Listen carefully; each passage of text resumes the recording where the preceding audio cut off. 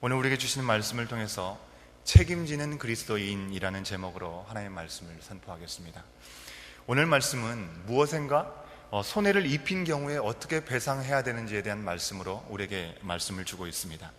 오늘 말씀을 읽을 때 우리가 이 말씀이 주어진 시대적인 상황과 지금의 우리의 시대적인 상황이 너무나 다르고 지켜야 될 법규와 그리고 규칙이 너무나 다르기 때문에 비현실적이라고 생각하고 그다지 필요 없는 말씀이라고 그냥 쉽게 넘어가서는 안 되는 말씀입니다. 오늘 이 말씀이 여전히 우리에게도 들려지는 이유는 그저 이스라엘 역사 가운데 과거에 이런 법을 지켰다라는 것을 그 사실을 알게 하기 위해서가 아니라 이 말씀이 지금도 우리에게 들려지는 이유는 지금도 우리에게 적용되는 하나님의 법칙이 이 가운데 녹아있기 때문에 그렇습니다. 하나님께서 오늘 말씀의 배상법을 통해서 우리가 다른 사람들과의 관계 안에서 어떤 모습으로 살기 원하시는지를 이 말씀을 통해서 알려주고 계십니다. 그러므로 오늘의 말씀의 정황이 우리의 산티아고에서 2012년을 사는 우리와 별 상관이 없어 보이지만 실제로 그리고 문자 자체를 지키는 것이 우리 가운데 의미가 없어 보입니다. 하지만 이 말씀에 담긴 하나님 아버지의 마음, 그 마음을 우리는 분명히 알 수 있어야 된다는 것입니다. 먼저 오늘 말씀에 나타난 하나님 아버지의 마음은 생명을 소중히 여기는 마음이라고 하는 것입니다. 1절 말씀 우리가 다시 한번 읽겠습니다. 1절입니다. 시작. 사람이 소나 양을 도둑질하여 잡거나 팔면 그는 소 한 마리에 소 5마리로 갚고 양 한 마리에 양 4마리로 갚을지니라. 1절에는요 도둑질한 가축에 대한 배상법이 나오고 있습니다. 가축을 도둑질한 후에 이것을 잡거나 팔았으면 그것을 4배 혹은 5배로 갚아야 된다고 하는 것입니다. 그런데 여기서 우리가 분명하게 봐야 되는 것은 소가 그냥 소가 아니고 양이 그냥 양이 아니라는 것입니다. 이 소에는 이 주인이 이 소나 이 양, 이 가축을 향한 기도와 애정을 담고 그리고 열정을 가지고 노력으로 가꾸었던, 그래서 성장한 생명의 결실이라는 것이 담겨 있기 때문에 그렇습니다. 하나님은 생명을 숫자로 세지 않으셨습니다. 소 하나 주고 없어졌으니까 소 하나 갚으면 된다 라고 셈하지 않으셨다고 하는 것입니다. 하나님께서는 아무리 가축이라 할지라도 그 생명을 소중하게 여기시고 그 가치를 숫자만으로 따지지 않으신다는 사실을 우리는 1절 말씀을 통해서 확인할 수 있는 것이죠. 하나님께서 생명을 소중히 여기시는 마음은 가축 도둑에 대한 대처법에도 그대로 드러나고 있는 것을 우리가 확인할 수 있습니다. 2절과 3절을 보면 도둑에 대한 대처법이 나오고 있는데요, 우리가 다시 한번 확인해 봅니다. 2절과 3절입니다. 함께 읽습니다. 시작. 도둑이 뚫고 들어오는 것을 보고 그를 쳐 죽이면 피 흘린 죄가 없으나 해 돋은 후에는 피 흘린 죄가 있으리라. 도둑은 반드시 배상할 것이나 배상할 것이 없으면 그 몸을 팔아 그 도둑질한 것을 배상할 것이요. 도둑이 보통 어두울 때 들어오지 않습니까? 어두울 때 들어온 도둑에 대해서 대항하다가 혹 이 도둑이 죽게 되면 그 죽음에 대한 죄값은 없다고 하는 것입니다. 오늘날 용어대로 하면 정당방황하다가 실수로 어둠 속에서 어떻게 잘못하다가 죽게 되었기 때문에 그렇습니다. 하지만 해가 뜨고 나서 밝은 상태에서 도둑이 들어왔을 때 죽이기까지 했다고 한다면 그에 대해서는 죄가 없다고 할 수 없다는 것입니다. 왜 그렇습니까? 과잉방어일 수 있기 때문에 그렇습니다. 지나치게 나의 감정이 그 이상으로 반응됐기 때문에 그렇습니다. 이스라엘 백성들뿐만 아니라요, 이 고대 근동 지역에서는 도둑질에 대한 법률이 아주 강한 편이었습니다. 도둑질에 대한 문제가 사회적인 문제로 아주 심각했기 때문에 그렇습니다. 하지만 아무리 도둑질에 대한 대처가 아주 단호하다 하더라도 도둑은 도둑질을 하러 들어온 것이지 생명을 위협하러 온 사람이 아니기 때문에 그 사람의 죄의 질보다 더한 대응을 하는 것, 그것에 대해서 하나님께서는 용납하지 않으셨다고 하는 것입니다. 분명하게 금하고 계셨습니다. 우리가 잘 아는 구약 성경에서 계속 얘기하는 것이 뭡니까? 눈은 눈으로, 이는 이로 얘기하고 있지 않습니까? 우리가 이 말씀을 잘못 오해하면 받은 대로 갚아주라, 그렇게 이해하기 쉽습니다. 하지만 절대 그런 의미가 아닙니다. 한번 생각해 보십시오. 우리가 한 대를 맞으면 한 대만 때립니까? 한 대 이상을 때리는 거죠. 그게 바로 우리의 죄된 인간의 모습이라고 하는 것입니다. 그렇기 때문에 하나님께서는 내가 받은 만큼 갚아주라는 것은 그 이상의 것을 행하지 않을 정도로 용서하는 마음을 품고 나갈 수 있어야 된다는 것을 말씀하고 있는 것이죠. 이 말씀이 바로 감정에 치우셔서 눈을 다쳤는데 사람을 쳐 죽이는 일은 없어야 되기 때문에 우리 하나님께서 이러한 방법으로 우리에게 말씀하시고 계신 것입니다. 도둑이 소나 양을 훔치고 돌려줄 수 없는 상태, 그 상태로 만들었다고 한다면 그 탐심, 그 무책임함으로 인해서 여러 배로 배상해야 합니다. 하지만 도둑질한 그 죄값을 갚을 수 없다고 한다면 그 생명을 빼앗아서는 그 도둑질한 죄값으로 생명을 빼앗아서는 절대 안 된다라고 성경 말씀 우리에게 이야기하고 있는 것입니다. 그렇다고 해서 이 도둑질의 죄가 가볍게 여겨서는 안 되기 때문에 분명하게 하나님께서는 3절 후반절에 도둑은 훔친 것을 반드시 배상하라고 하고 얘기하고 있고, 돈이 없으면 몸을 팔아서 갚으라고 명령하고 있습니다. 몸을 팔라는 것이 무엇입니까? 돈이 없기 때문에 몸종이 되어서 그 사람을 위해서 일을 하라고 하는 것입니다. 아주 분명하게 셈을 해야 된다는 것을 우리 주님께서 이야기하고 있는 것이죠. 하나님의 은혜로 받았으니까 그냥 얼렁뚱땅 넘어가서는 안 된다는 것을 분명히 말씀하고 있는 것이죠. 이처럼 하나님께서는 분명하게 죄는 미워하시지만 생명 자체는 너무나 소중하게 여기시는 것을 우리는 밤과 낮의 경우에 도둑에 대해서 대항하는 그 방법을 통해서 우리에게 말씀하고 계시는 것입니다. 그런데 만약에 4절에 나오는 것처럼 도둑이 훔친 것을 아직 잡거나 팔아 없애지 않았으면 갑절로 그냥 배상만 하면 되는 것입니다. 훔친 것을 다 돌려놓았는데 왜 더 갚아야 하느냐라고 한다면 탐심에 대한 잘못된 마음을 가진 것에 대한 죄값을 꼭 치러야 했기 때문에 그렇다고 하는 것입니다.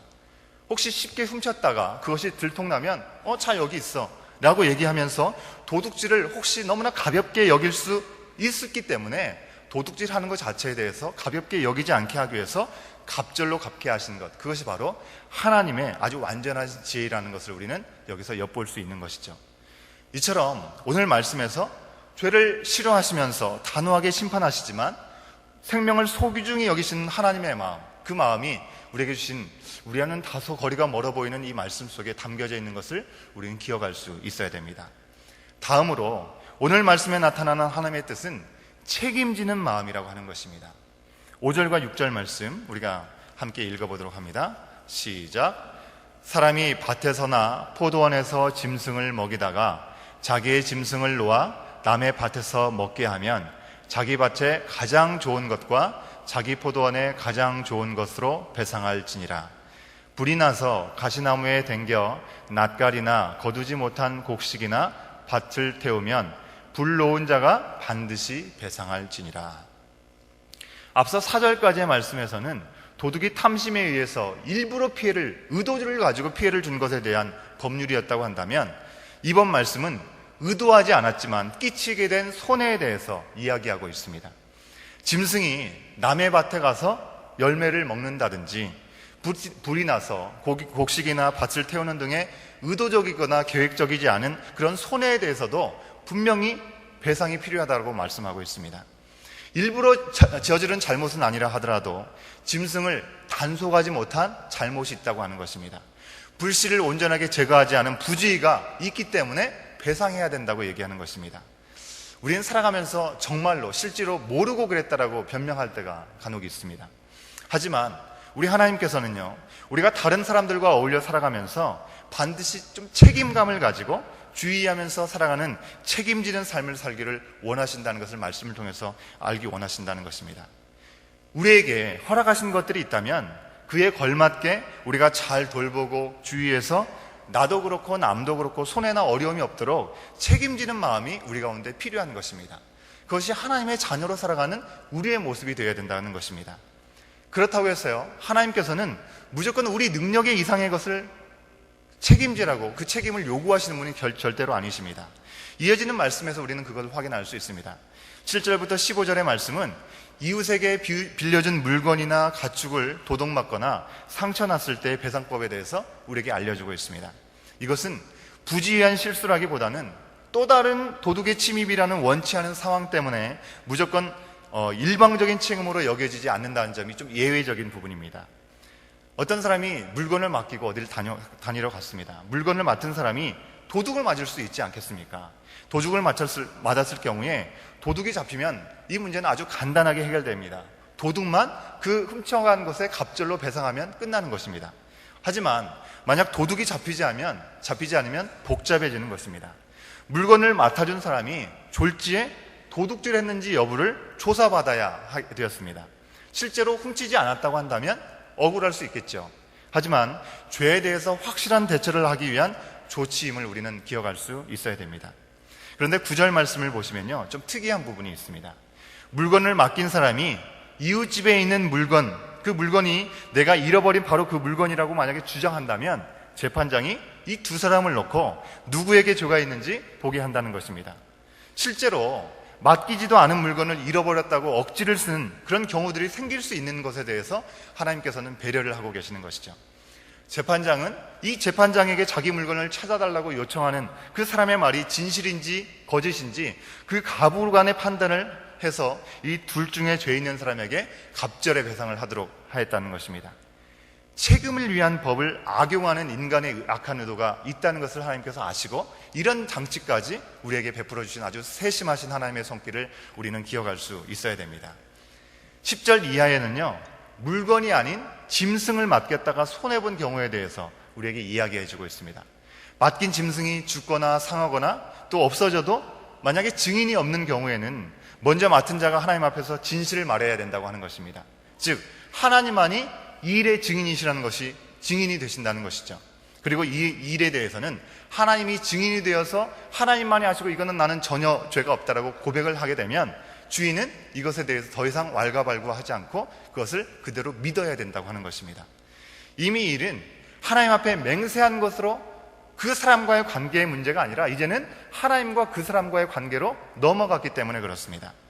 이 일은 이스라엘 백성이 하나님을 믿는 신앙의 공동체였기 때문에 그곳에서만 가능했던 일인 것이죠. 하지만 죽거나 상한 게 아니라 도둑을 맞은 경우는 부주의한 것이 있기 때문에 배상을 할 수 있도록 하였다는 것입니다. 맡은 자가 탐심을 품거나 무책임하게 행동하지 않게 하기 위한 아주 세부적인 항목으로 하나님께서 주시는 것입니다. 하지만 만약에 맹수의 습격으로 찢겨졌다면 그것은 배상하지 않아도 된다라고 분명하게 명시하고 있는 것을 우리가 또한 보게 됩니다. 이처럼요, 하나님은 예기치 않게 일어난 손해에 대해서 그것에 대해서도 책임질 것은 최대한 책임질 수 있는 마음을 가지고 있어야 된다라고 우리에게 말씀해 주시지만 우리 인간의 한계에서 불가피한 부분들에 대해서는 이해를 받을 수 있도록 법을 마련해 주셨다고 하는 것입니다. 막무가내고 일방적으로 우리에게 말씀을 주신 것이 절대로 아니라는 것을 이 말씀의 아주 세부적인 내용을 통해서 우리는 기억할 수 있어야 되는 것입니다. 여기서 우리는 우리 인간의 약함, 우리의 한계를 아시면서도 그래도 책임감 없고 그저 부주의하게 서로를 배려하지 못하는 모습, 그 모습을 갖지 않게 하시려고 정말 애쓰신 하나님의 마음을 우리는 볼 수 있어야 되는 것이죠. 마지막으로 14절과 15절에서는 주인이 함께 있을 경우에 아무리 빌려주었다 하더라도 그 주인이 책임을 져야 되는 경우가 있다는 것을 우리에게 말씀해 주고 있습니다. 14절과 15절 말씀 함께 읽습니다. 시작.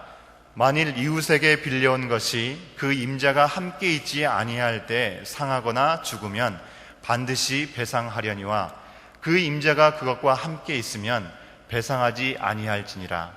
만일 새낸 것이면 새로 족하니라. 이웃에게 빌려주었더라도 주인이 막지 못하는 손해를 그저 빌려갔다는 이유만으로 빌린 사람이 모두 책임지게 해서는 안 된다라고 말씀하고 있는 것이죠.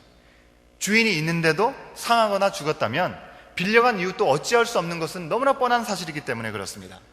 무조건 주인의 권리만 내세우지 못하도록 하시기 위해서 약한 자를 보호하시는 차원으로 하나님께서 균형 있게 이 내용들을 잘 지켜나갈 수 있도록 균형 있는 정의를 세워가신 하나님의 뜻을 우리는 볼 수 있는 것이죠. 이처럼 하나님은 오늘 말씀을 통해서 생명을 귀하게 여기시고 탐심을 버리고 책임감을 가지고 서로를 배려하면서 어느 한쪽으로만 치우치지 아니하고 균형 있는 질서의 공동체를 이스라엘 백성들이 세워나가기를 원하셨습니다. 이 모습은 오늘 살아가는 우리에게도 그대로 적용되는 말씀입니다. 오늘날에도 하나님은 우리들이 죄를 미워하고 한 생명, 한 영혼을 너무나 소중하게 살아가기를 원하시고 계십니다. 서로 탐심을 가지고 다른 사람의 것을 내 것으로 여기고 빼앗고 이기고 취하려고 하지 말고 서로를 사랑하고 존중하면서 정말 하나님께서 우리에게 베풀어 주신 은혜를 기억하면서 서로 나누고 그 가운데 기쁨의 나눔의 공동체, 질서를 지키는 공동체, 그래서 우리가 이 모든 것들을 허락하신 것들을 관리할 때 우리에게 맡겨주신 것이라는 생각을 가지고 선한 청지기로의 삶을 살기를 원하신다고 하는 것입니다. 우리에게 주어진 것이 그저 다 내 것이라고만 생각하면 청지기의 삶을 우리는 절대로 살 수가 없습니다.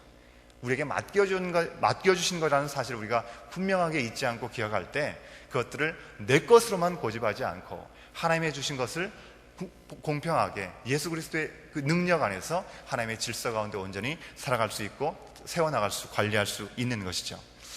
우리는 어떻습니까? 이 말씀을 보면서 우리의 사업이나 일이나 공부, 자녀를 양육하는 것, 또 인간관계 가운데 탐심이 가득한 죄에 대해서는 우리가 죄로 남의 것을 욕심내고 그것들을 내 것을 내 유익을 위해서 어떤 것도 물불을 가리지 않고 취하려고 하는 그런 마음들, 그런 죄에 대해서는 너무나 쉽게 허용하면서 소중한 영혼, 소중한 생명을 너무나 쉽게 지나쳐버리고 있지는 않은지 우리는 이 말씀 앞에서 우리 자신을 돌아볼 수 있어야 되겠습니다. 모든 걸 다른 사람의 탓으로만 여기고 내가 하나님의 자녀로서 받은 책임, 그것을 너무나 쉽게 회피하면서 다른 이들만 비판하고 있는 모습이 우리의 모습 가운데 있지 않은지 이 말씀을 통해서 우리는 돌아볼 수 있어야 되는 것이죠. 하나님은 우리 모두가 책임 있는 그리스도인으로 한 영혼, 한 생명을 찾기 위해서 죄를 이기고 탐심이 아니라 성령에 이끌려 살아가는 우리의 모습이 되기를 원하신다고 하는 것입니다. 그래서 오늘도 이 말씀을 우리에게 주고 계신 것이죠. 오늘도 이러한 하나님의 마음을 우리가 기억하면서 이 땅에서 하나님의 나라, 하나님의 의를 구할 수 있는 우리의 모든 삶, 순간순간의 시간들이 될 수 있기를 간절히 축원합니다. 함께 기도하시겠습니다. 오늘도 우리에게 말씀하시는 아버지 하나님, 이스라엘 백성들을 향해서 일일이 행할 바를 일러주신 그 하나님의 세심하신 사랑을 이 아침에 돌아보게 하시니 감사합니다. 우리의 삶 가운데 벌어질 수 있는 여러 가지 일들을 위해서 일일이 지침을 주시고 허락하신 이웃과의 삶 가운데 주님을 믿는 우리들이 지켜야 할 것이 무엇인지 말씀을 통해서 다시 한번 돌아보게 하시니 감사합니다. 주님을 믿고 하나님을 아버지로 고백하면서도 정작 우리의 삶 속에서는 그저 우리 자신의 유익을 쫓아서 하나님과 뜻과 상관없이 판단하고 계획하고 생각했던 우리의 연약함을 돌아봅니다. 주여 용서하여 주시옵시고 주님의 마음으로 이웃을 내 생명처럼 여기며 나에게 주신 그 자리에서 책임을 다하는 존재로 살아갈 수 있도록 주여 인도하여 주시옵소서. 하나님의 말씀은 내 발의 등이요 내 길의 빛이니라 고백한 시편 기자의 고백이 오늘 사는 우리의 고백이 되게 하여 주셔서 그 말씀을 쫓아 하나님의 기뻐하시고 온전하신 뜻을 이루어가는 복된 이 하루의 삶이 될 수 있도록 우리를 지키시고 인도하여 주시옵소서. 그토록 인도하시기를 간절히 소망하며 이 모든 말씀 예수 그리스도의 이름으로 간절히 기도드리옵나이다. 아멘.